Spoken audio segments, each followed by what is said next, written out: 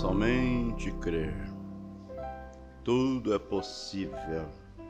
Somente crer. Que Deus ajude a nossa fé. Bom dia com Jesus. Cumprimentamos a todos os presentes e também aqueles que estão ausentes, nos assistindo através da internet. Nós vamos tomar a escritura da carta de Paulo aos Hebreus, capítulo 11. Leremos a partir do versículo 23, para continuarmos meditando na mensagem Pela Fé, Moisés. Se alguém não tem esta mensagem, quiser pegar, tem uma aqui ainda.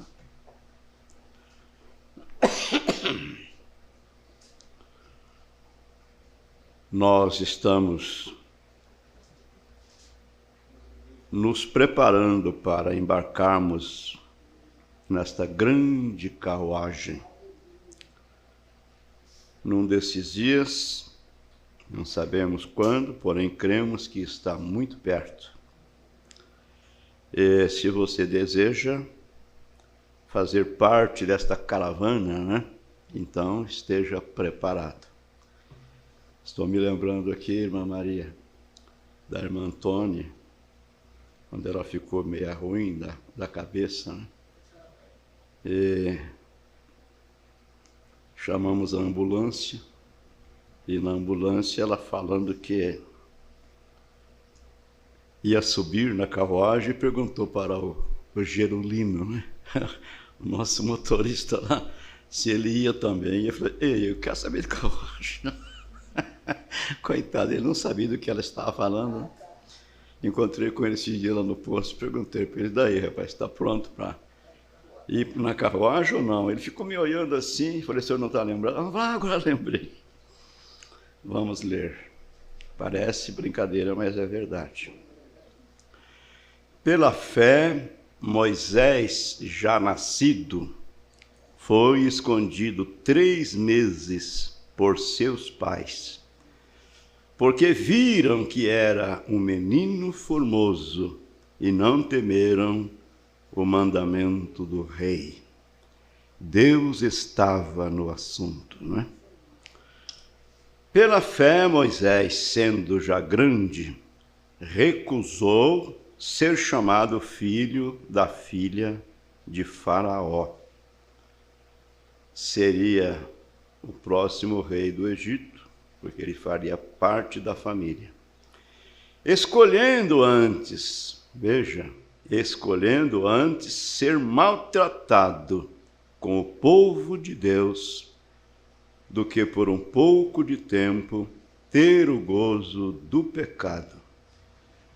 Tendo por maiores riquezas o vitupério de Cristo, do que todos os tesouros do Egito, porque tinha em vista a recompensa. Amém. O Senhor Jesus disse que vale o homem ganhar o mundo inteiro, se perder a sua alma. Oremos, bondoso Deus.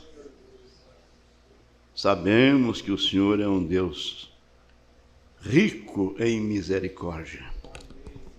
E o Senhor tem tido misericórdia de nós. Ó Deus, ajude-nos a reconhecermos o privilégio, a posição em que o Senhor tem nos colocado. Tem nos feito herdeiros, ó Pai, dos céus e da terra, herdeiros de todas as promessas de Sua palavra. Então pedimos ao Senhor ajudar a nossa fé, pois o Senhor mesmo nos diz que tudo é possível àquele que crer. E a fé vem pelo ouvir e ouvir a palavra do Senhor. Então, enquanto nós queremos meditarmos nas mesmas, que nossa fé seja acrescentada.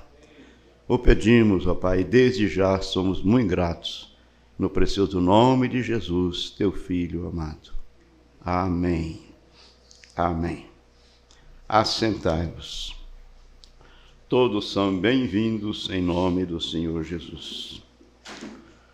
Vamos recordar na mensagem a junção do tempo. E nós estamos bem próximo a uma junção. Junção nós diríamos, uma encruzilhada, um entroncamento, não é? Aonde se liga uma rodovia a outra. Então, irmão Branham intitulou esta mensagem de A Junção do Tempo. Então ele diz, estamos crendo, com todo esta grande turbulência em que estamos vivendo hoje, enquanto olhamos ao redor e em todas as direções e apanhamos os jornais, os noticiários, né? E se simplesmente ficarmos quietos, parar, raciocinar, se simplesmente ficamos quietos e deixamos de lado a nossa grande agitação diária desta era neurótica, deixamos de lado nossa grande agitação grande agitação diária desta era neurótica. Na verdade, nós estamos vivendo em uma era neurótica.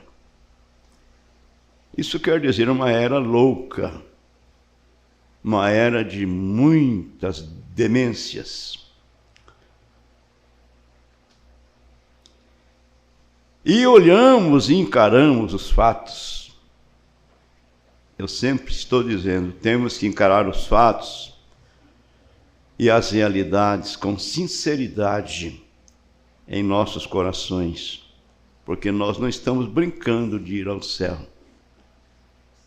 Deus não está brincando de dizer que vai arrebatar um povo e então depois virá a grande tribulação e finalmente então ele vai atear fogo neste mundo. Malaquias 4 diz que aqui não vai ficar nem raiz e nem ramo. Mas para vós que temeis o meu nome, diz o Senhor, nascerá o sol da justiça. Amém. Então, amados, se olhamos e encaramos os fatos, vemos além de qualquer sombra de dúvida que algo está prestes a acontecer. Não podemos ignorar, não podemos tentar enganar a nós mesmos, e muito menos a Deus. Conta-se que um garoto, ao passar em frente ao cemitério, à noite, para deixar transparecer que ele não estava com medo, então ele passava ali assoviando, né? Para dizer que não estava com medo. Mas se alguém jogasse uma pedrinha ali... Então, amados, nós não estamos dementes, nós não estamos sonhando acordados. Nós sabemos em quem nós temos crido. Então veja, estamos crendo com toda esta grande turbulência em que estamos vivendo hoje, enquanto olhamos ao redor em todas as direções, todos os acontecimentos, tanto do lado espiritual como do lado natural, material. E apanhamos os jornais e simplesmente ficamos quietos e deixamos de lado a nossa grande agitação diária desta era neurótica. E olhamos e encaramos os fatos, vemos, além de qualquer sombra de dúvida, que algo está prestes a acontecer. Você e eu, nós temos sido convidados a fazer parte deste grande, tão desejado e esperado arrebatamento da igreja no dia da vinda de nosso Senhor Jesus Cristo. Nesta mensagem, pela fé, Moisés, nós meditamos em uma escola sobre ela, foi no dia primeiro deste corrente mês. No dia 8 nós não tivemos culto, né, por causa da chuva, né? E hoje é 15, é o terceiro domingo. Então, no dia 1º, nós tivemos a escola e começamos a meditarmos nesta mensagem. Então, nós vemos aqui o irmão Brana, o nosso Elias, dizendo para nós: escolhi este assunto nesta manhã para a igreja nesse estado atual, em que até mesmo em nossas escolas e ao redor, temos tido tanto ensinamento científico. E por causa disto, por causa do ensinamento científico, e por causa disso, temos afastado as pessoas da fé.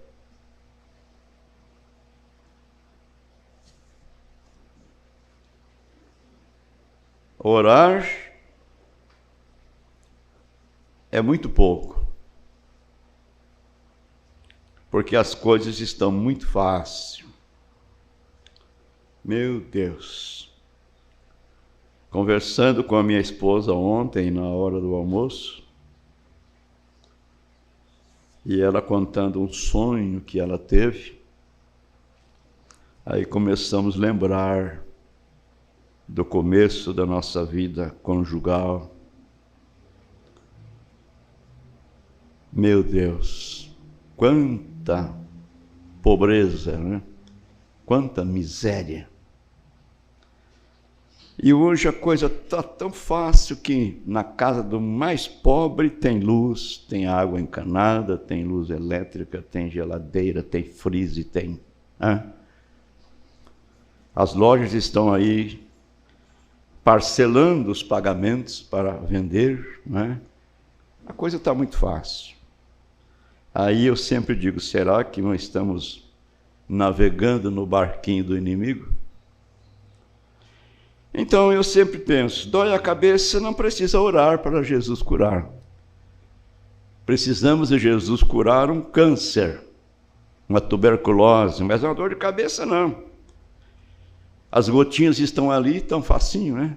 30 gotas, 35 gotinhas, tomou Doril, a dor sumiu. Para que orar? Vocês entendem o que eu quero dizer? Deixamos Deus para o último plano, para o último caso. Então o profeta está nos mostrando que por causa desses ensinamentos científicos, temos afastado as pessoas da fé. Agora, a fé não é provada pela ciência. Fé é o que a ciência não vê.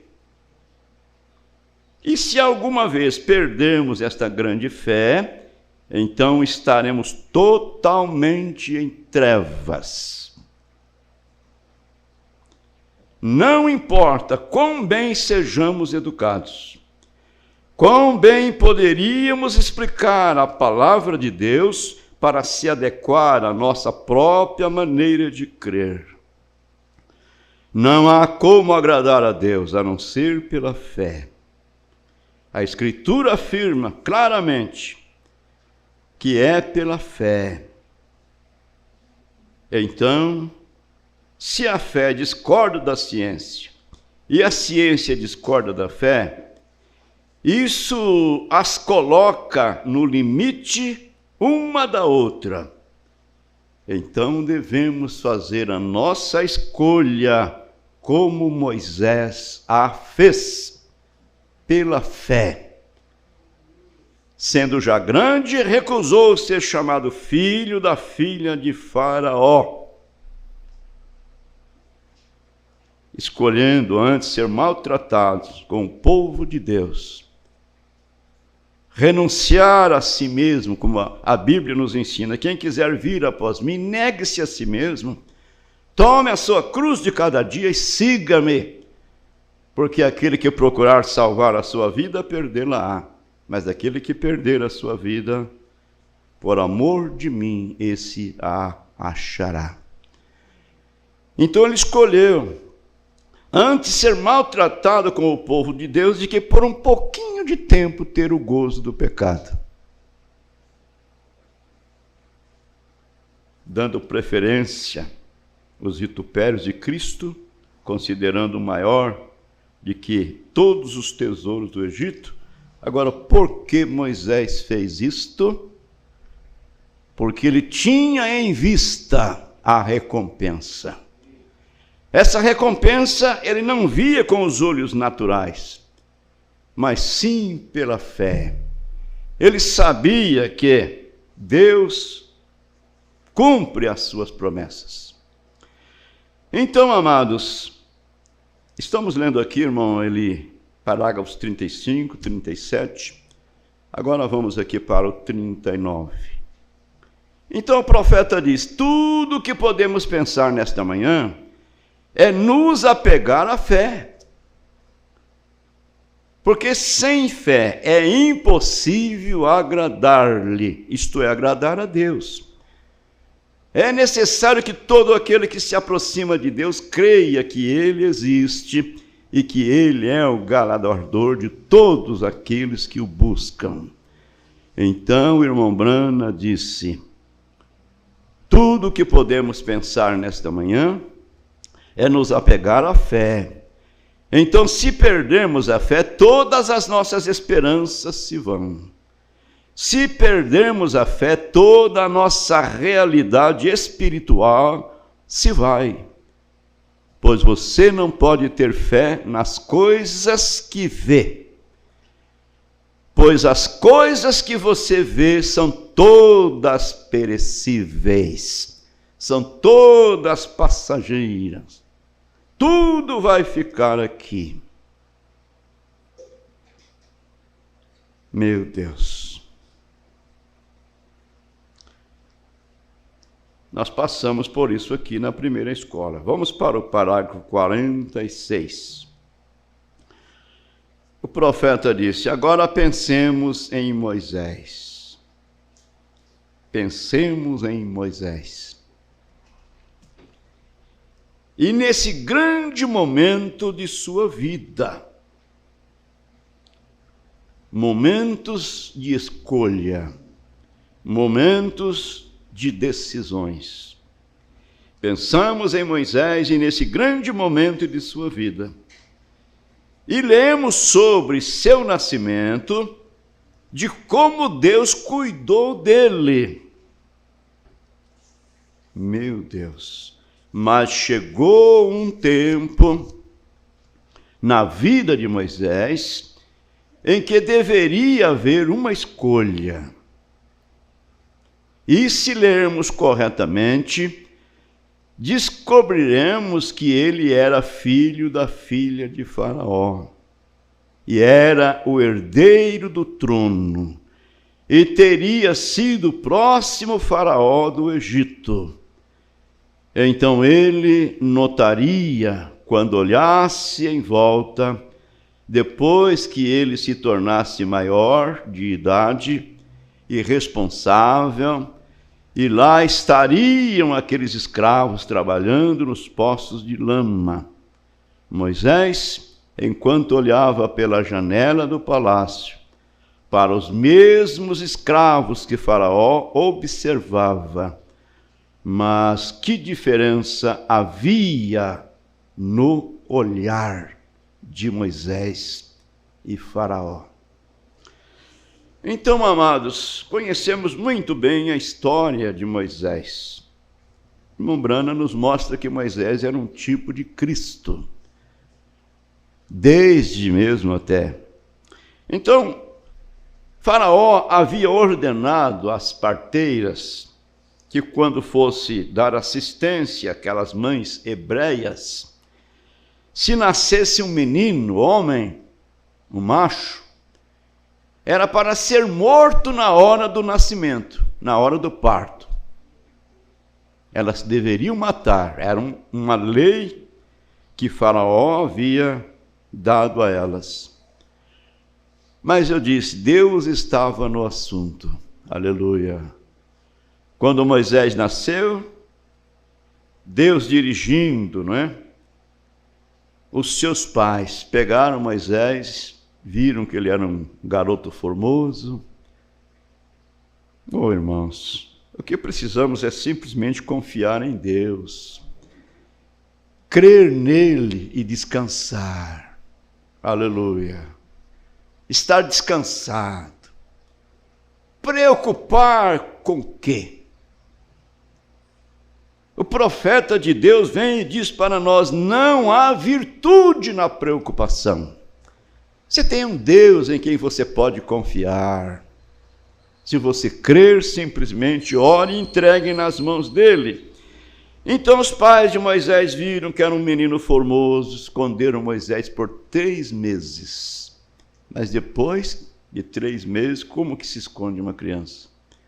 Já Faraó vai ficar sabendo que nós estamos com esse menino aqui, e ele vai vir aqui, quem sabe vai pegar pelos pezinhos e vai bater a cabeça dele na parede e pronto. Então nós vamos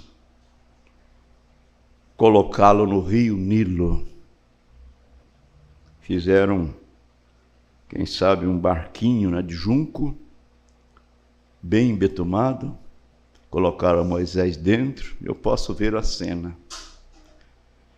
Seu pai, sua mãe, com os corações partidos, quem sabe fizeram uma oração e encomendaram Moisés a Deus. Irmão Brana diz que os jacarés estavam gordos de tanto comer criança das mães hebreias, mas simplesmente cheiravam o bercinho, o barquinho de Moisés e não puderam fazer nada.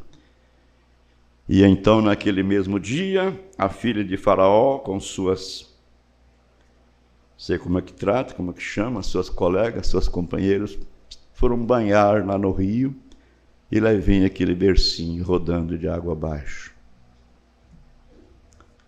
Correram, apanharam, quando abriram aquele lindo menino, a filha de Faraó disse, vou levar para o palácio para criá-lo como meu filho. E uma de suas amas, ou melhor, suas empregadas, disseram, quer que nós vamos chamar uma mãe hebreia para dar mamar a ele? Foram chamar justamente a mãe de Moisés. Deus escreve certo por linha que parece torta, mas tudo está certinho. Aleluia.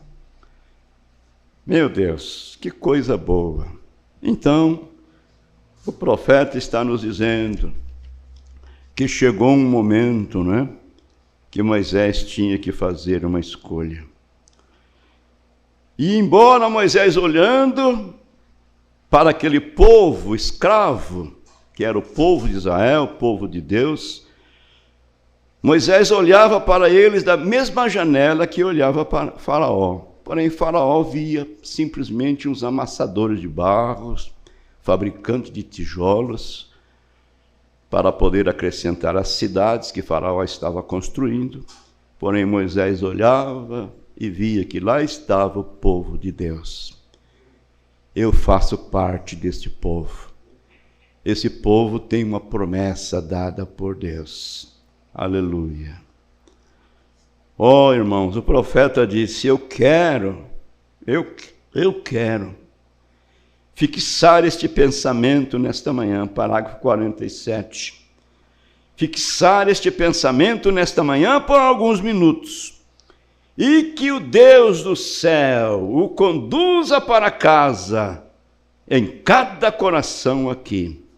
E é como você olha para a coisa que faz a diferença. E é verdade. É como nós olhamos, como nós vimos as coisas através de nossos olhos carnais, é que faz a diferença. Então ele fala do grande evangelista Joy Sproul, que estava passeando lá na França, e o guia os levou pelo jardim para mostrá-los as diversas coisas que existiam ali. Então o profeta diz, o guia estava levando-os pelos jardins e mostrando-lhes as diferentes coisas. E eles se depararam com uma certa estátua do Senhor Jesus, a crucificação. E o Sr. Sproul estava parado, olhando para ela, olhando para a estátua, ele e sua esposa. E em seus corações, olhando para a estátua, e em seus corações criticando o que o artista, o escultor, deveria ter em mente para fazer aquela estátua daquela maneira. Meu Deus, como somos apressados para fazer um julgamento, né? Como somos apressados. O Sr. Sproul estava olhando para ela, ele e sua esposa, em seus corações, criticando o que o artista deveria ter em mente. Ou melhor, o escultor, quando ele esculpiu em uma pedra tal coisa de aparência horrível para representar o sofrimento e o amor e a piedade do Senhor Jesus. E como tudo era grosseiro e de aparência reduzida, e o guia veio até o Sr. Sproul e disse, Senhor, suponho que você esteja criticando esta estátua do Senhor Jesus. Fez uma pergunta a ele. Eu creio que vocês estão olhando, quem sabe até mesmo pela a maneira deles olhar, né? A feição deles, estavam declarando que eles não estavam achando bom, né? Não estavam achando nada bonito. Suponho que você esteja criticando essa estátua do Senhor Jesus. E ele disse, eu estou. Foi sincero, eu estou. E ele disse, não estou nem um pouco surpreso, disse o guia, porque a maioria das pessoas que olham para isto, primeiro eles a criticam.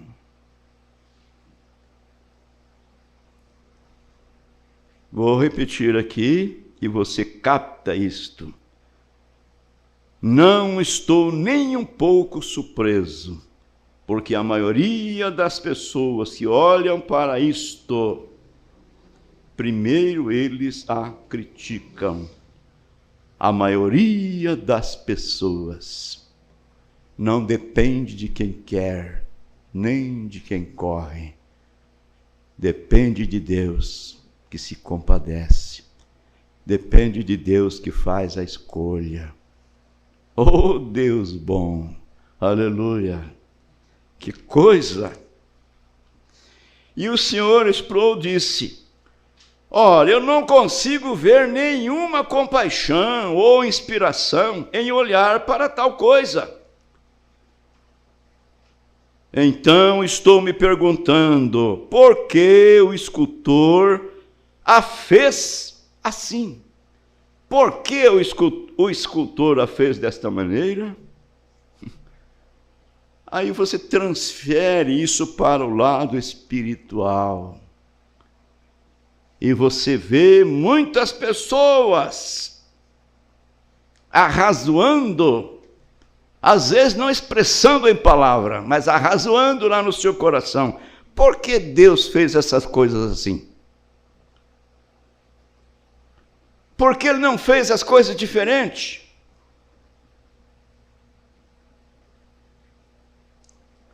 Nós estamos falando em parábolas, mas vocês são espirituais, vocês entendem.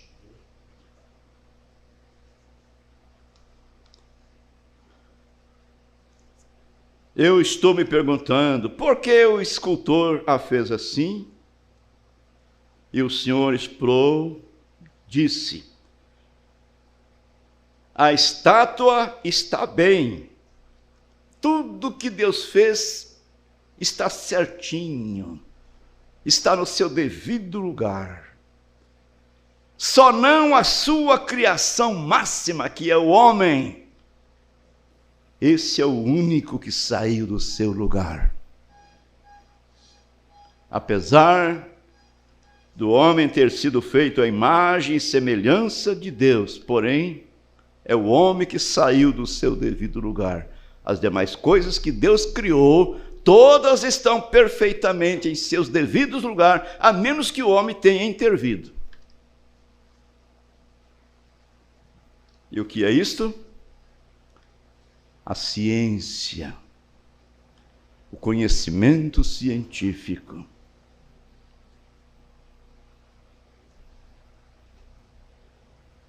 Meu Deus. A estátua está bem. O escultor tinha a coisa certa em sua mente. Aleluia. Claro que Deus tinha todas as coisas certas em sua mente quando ele estava criando tudo. Eu já falei isso aqui, mas vou falar mais uma vez. Uma neta minha foi picada por uma aranha, aquilo dói muito, dói mesmo, viu? Dói que faz você perder a visão até. Aí ela perguntou: mãe, foi Deus que criou a aranha? Aí a mãe não soube responder. Ela pergunta para o seu avô. Liga para ele e pergunta. Aí eu disse: sim, filha, foi Deus que criou tudo. O diabo não cria nada. Mas Deus criou a aranha, uma coisa tão terrível desse jeito. Falei: quando Deus criou a aranha era mansinha. Era todos amigos do homem. Mas por causa do pecado foi que entrou essa divergência. É verdade. Então vejamos. O escultor tinha a coisa certa em sua mente, mas o problema, senhor Sproul, está em você. É a maneira como você está olhando para isso. Vamos mudar de lugar, vamos mudar de posição. Vem até aqui. Pegou o senhor Sproul pela mão e levou ele lá embaixo. Deixa eu ler aqui. Ele o tomou pela mão e sua esposa e os conduziu até um altar ao pé dessa dita cruz. E ele disse: agora, senhor Sproul, olhe para cima. E quando ele olhou para cima, ele disse que seu coração parecia ter falhado. A coisa mudou. O profeta diz: que diferença era ficar ali e olhar para aquilo daquele jeito, e se abaixar e olhar para aquilo do jeito que foi feito para ver isto. Meu Deus. Agora, no parágrafo 52, o profeta diz: e é assim que Deus é. É assim que Deus é. Criou tudo perfeito, tudo é bonito, tudo é belo, mas depende da maneira como o ser humano olha para Deus, para as coisas de Deus, depende da maneira como as pessoas olham para a palavra de Deus, para a Escritura Sagrada, depende da maneira como as pessoas olham para os mensageiros de cada era, e principalmente o mensageiro desta era, que trouxe uma mensagem inteiramente bíblica. A mensagem de William Branham, o Elias prometido em Malaquias 4, São Mateus 17, 11, é uma restauração da palavra de Deus. Eu sempre digo, batismo em nome do Senhor Jesus, isso não é de William Branham, isso é da Bíblia. Crer em um só Deus não é de William Branham, isso é da Bíblia. O William Branham foi um instrumento para vir e mostrar para nós o Pai no Filho, o Filho no Pai. Aleluia. E você olhou para essa mensagem e você viu ela diferente. Enquanto os demais estavam dizendo, falso profeta, cuidado, olha, não ouve esse programa não. Tem um falso profeta pregando aí. Porém você ouvia e se sentia bem com aquilo. Oh, que coisa, meu Deus. É assim que Deus é. É assim que a fé é. É a maneira como você olha para isto.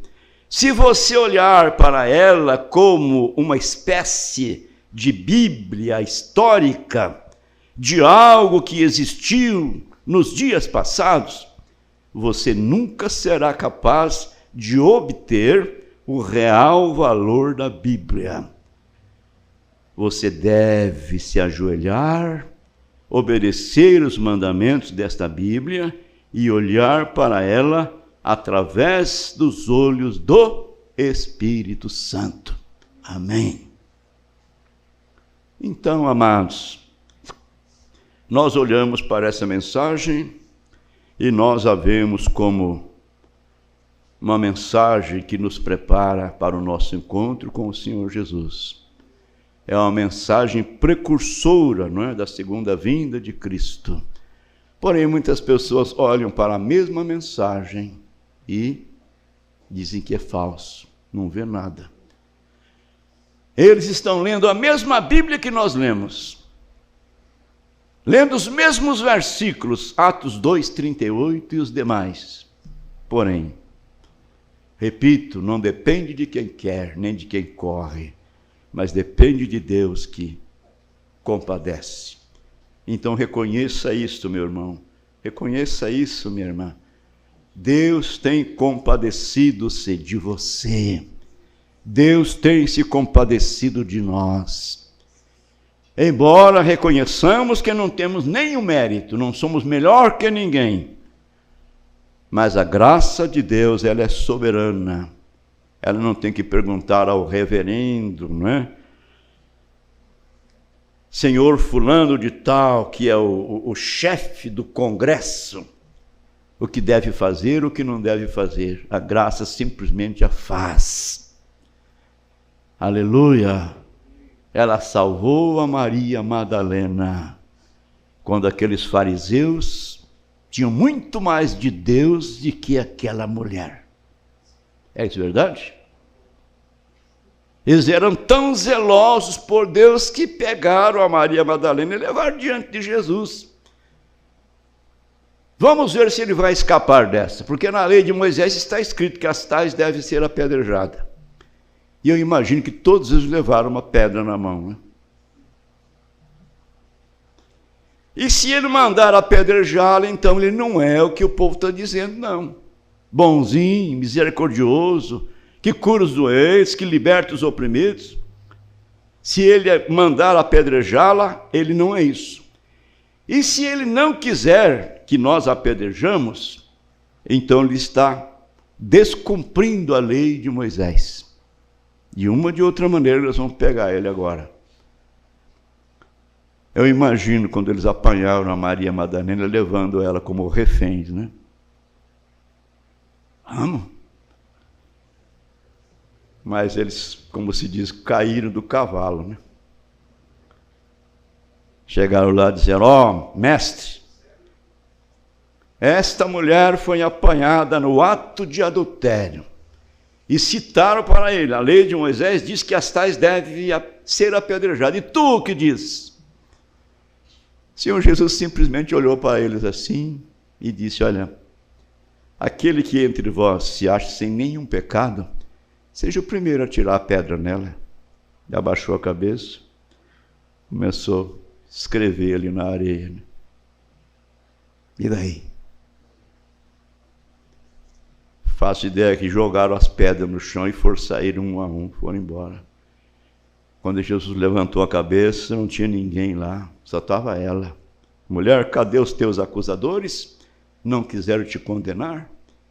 Eu também não te condenarei. Voltes e não peques mais. Amém. Esse é o Deus que nós estamos servindo. Esse é o Deus que nós cremos. Agora, o profeta diz: eu perguntaria a esta audiência esta manhã. É o parágrafo 53. Eu perguntaria a esta audiência esta manhã: que bem, diríamos assim, que bem faria, né? Que bem um Deus histórico nos faz hoje, se ele não é o mesmo Deus? De que adiantaria um Deus que tomaria Moisés e faria os milagres com o que ele fez? De que nos adiantaria ler sobre tal Deus se ele não é o mesmo hoje?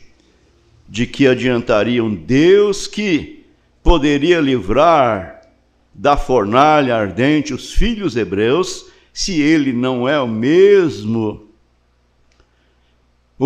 Deus hoje? De que adiantaria um Deus que julgaria entre o certo e o errado em um dia passado, puniria o errado e abençoaria o certo, se ele não é o mesmo Deus hoje? Para que vamos à igreja? Porque nos afastamos das coisas do mundo, se ele não é o mesmo Deus, do mesmo juízo e da mesma opinião que sempre foi?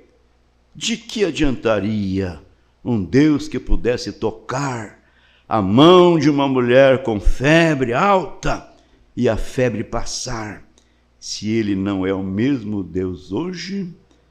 De que serviria a um Deus que poderia tirar seu amigo de um túmulo depois de 4 dias morto, se ele não é o mesmo Deus hoje? Claro que ele é o mesmo Deus. Se está faltando alguma coisa, não é em Deus, é em nós. É a nossa fé. Uma fé ofuscada. Uma fé que a ciência tem ofuscado com sua sabedoria. Meu Deus, agora sabemos que tudo o que está acontecendo, nada surpreende a Deus. Deus é conhecedor de todas as coisas antecipadamente. Nem a santidade do justo, nem o pecado dos pecadores surpreende a Deus. Deus sabia de todas as coisas.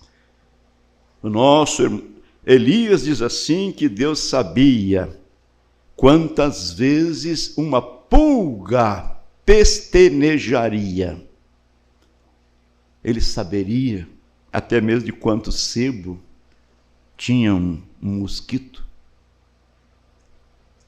Então, amados, ele não mudou. Ele não envelheceu, ele não está caducando, não. Então, amados, pela fé, nós cremos que algum dia glorioso ele nos tirará da terra. Ele prometeu. Embora voltemos a ser uma colher de cinzas novamente. Agora, como provamos isto? Você pode provar isto pela ciência? Como provamos isto? Nós não provamos nada. Nós não provamos isto. Nós acreditamos nisto. Amém. Não nos é exigido provar nada. Nos é exigido acreditar, crer. Creia somente. Então, pela fé, Moisés fez tal e tal. E quando Moisés, quando jovem, olhou pela janela do palácio para os escravos, ele viu o mesmo bando de escravos encardidos, sujos e cheios de lama que Faraó viu. E quando Faraó olhou para eles E os egípcios, eles não eram nada além de um bando de escravos. Era para isso que serviam, apenas para serem borrões de lama humanos, para fazer tijolos e lameados para o benefício das cidades que Faraó estava construindo. Era assim que os egípcios e o Faraó olhavam para os escravos. Mas Moisés, quando ele olhou para eles, era um olhar diferente que Moisés tinha. Aleluia. Graças a Deus. Quando ele viu passando pela janela os grandes poços diante dele, as lágrimas que escorriam por suas faces e seus corpos curvados, e ele os condenava, o povo de Deus, ele não os considerava escravos, ele os considerava o povo escolhido de Deus. Amém. Que os inimigos de Israel tenham cuidado. Como se diz, eles não sabem com quem eles estão mexendo. Eles estão futucando uma caixa de véspera, de marimbondo bravo, com vara curta. Agora, tudo isso que está acontecendo é um sinal para mim e para você. Meu Deus, o profeta diz, quando eu vou de país em país, de nação em nação, pregando, desde que saí pelas portas desse pequeno tabernáculo, que é uma instituição interdenominacional, sem lei senão o amor, sem livro senão a Bíblia, sem credo senão Cristo. tenho tentado olhar para os filhos de Deus e para os rejeitados como sendo povo escolhido e eleito de Deus. Eu não pergunto se eles pertencem ao Tabernáculo Brana, não lhes pergunto se são metodistas, ou se são presbiterianos, ou se são pentecostais, ou nazarenos, ou peregrinos da santidade. Eu só quero olhar para eles como povo de Deus. E vendo seus feitos e suas ações, que são servos do Senhor, Deus, e meu coração deseja companheirismo com eles. Não importa a origem que tenham, eu apenas anseio pelo companheirismo deles. Eu os amo, porque sei que são o povo de Deus. Tenhamos cuidado. Precisamos ter muito cuidado naquilo que nós olhamos. Precisamos ter muito cuidado naquilo que nós expressamos. Nós vemos as pessoas do lado de fora, porém nosso Deus conhece a todos nós do lado de dentro. Você não sabe o que há no coração daquela pessoa. Voltemos a pensar em Maria Madalena. Que tal o ladrão da direita? Era um ladrão, salteador, assassino. E aqueles sacerdotes religiosos, o profeta diz que eles não podiam ter nenhuma manchinha para você pôr um dedo. Se eles tivessem, não podia ministrar. Então eram santos mesmo. E no entretanto, o ladrão foi salvo. Hoje mesmo estará comigo no paraíso. E para onde foi aqueles santarrões? Para onde eles foram? Meu Deus. O profeta diz, quando eu vejo uma mulher andando pela rua, com uma saia longa, seu cabelo bem penteado, atrás, e com um vestido de aparência decente, eu vejo outra jovem, talvez da mesma idade, com um pequeno par de shorts. Ela pode ser, na aparência, 2 vezes mais bonita que a mulher de cabelo comprido. Meu Deus! Segundo a aparência do mundo, mas eu fico do lado daquela moça que está vestida como cristã. Embora eles estivessem rindo dela e chamando-a de fanática, ainda assim ficarei do seu lado. Ela pode não ser tão bonita quanto a outra garota, mas ela vê algo, aleluia.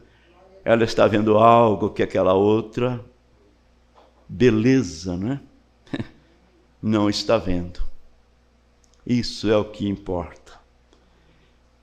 Mas ela vê algo pela fé, ela vê aquele que é invisível e que está guiando sua vida. Quando vejo um homem no trabalho sendo chamado de diácono ou um pregador, sendo chamado de diácono ou pregador ou fanático, por que se recusa a fumar? Sim, quando vejo um homem sendo chamado de diácono ou pregador, chamado de fanático, certamente, porque se recusa a fumar, beber cerveja e ir a festas como os demais, e eles é chamado de fanático, o meu coração se compadece dele. Ele é meu irmão nesse solo egípcio que faz nosso coração desejar abraçá-lo e dizer: irmão, somos peregrinos e estrangeiros nesta terra e desejo ter comunhão com você. Aleluia. É isto. É assim. Moisés teve que fazer uma escolha, escolhendo pela fé. Que Deus ajude a nossa fé, meus amados irmãos. Pela graça de Deus, você não conhecia o tanto que você conhece hoje. Você não sabia que chegaria nessa posição em que você chegou hoje. Porém, algo tocou no seu coração e você creu, e você está caminhando, e você está crescendo cada dia na graça, no conhecimento de nosso Senhor Jesus Cristo. Cada dia a revelação vai aumentando e sua fé também vai crescendo, sabendo onde você está firmado. Esperemos com paciência. Jesus cumprirá o que Ele tem nos prometido. Estejamos preparados. Bondoso Deus, como é bom ter um Deus como o Senhor, um Deus provedor, um Deus que tem provido tudo que nós tínhamos necessidade ou temos necessidade para esse dia, para essa hora em que nós estamos vivendo. Nós vemos, ó Deus, até mesmo as mensagens que têm chegado na nossa mão, têm chegado tudo de acordo com a hora e o momento em que nós estamos vivendo. Vivifica, ó Pai, a Tua palavra em cada coração e deixe-nos olhar para o Senhor pelos olhos do Espírito Santo, ver o Senhor voltando, ver o Senhor, aleluia, encontrando com a sua noiva, tal como Isaac encontrou com Rebeca no campo, entre uma casa e a outra. Fica conosco, Senhor. Nós te pedimos no nome de Jesus, teu Filho amado. Amém, amém. Deus os abençoe.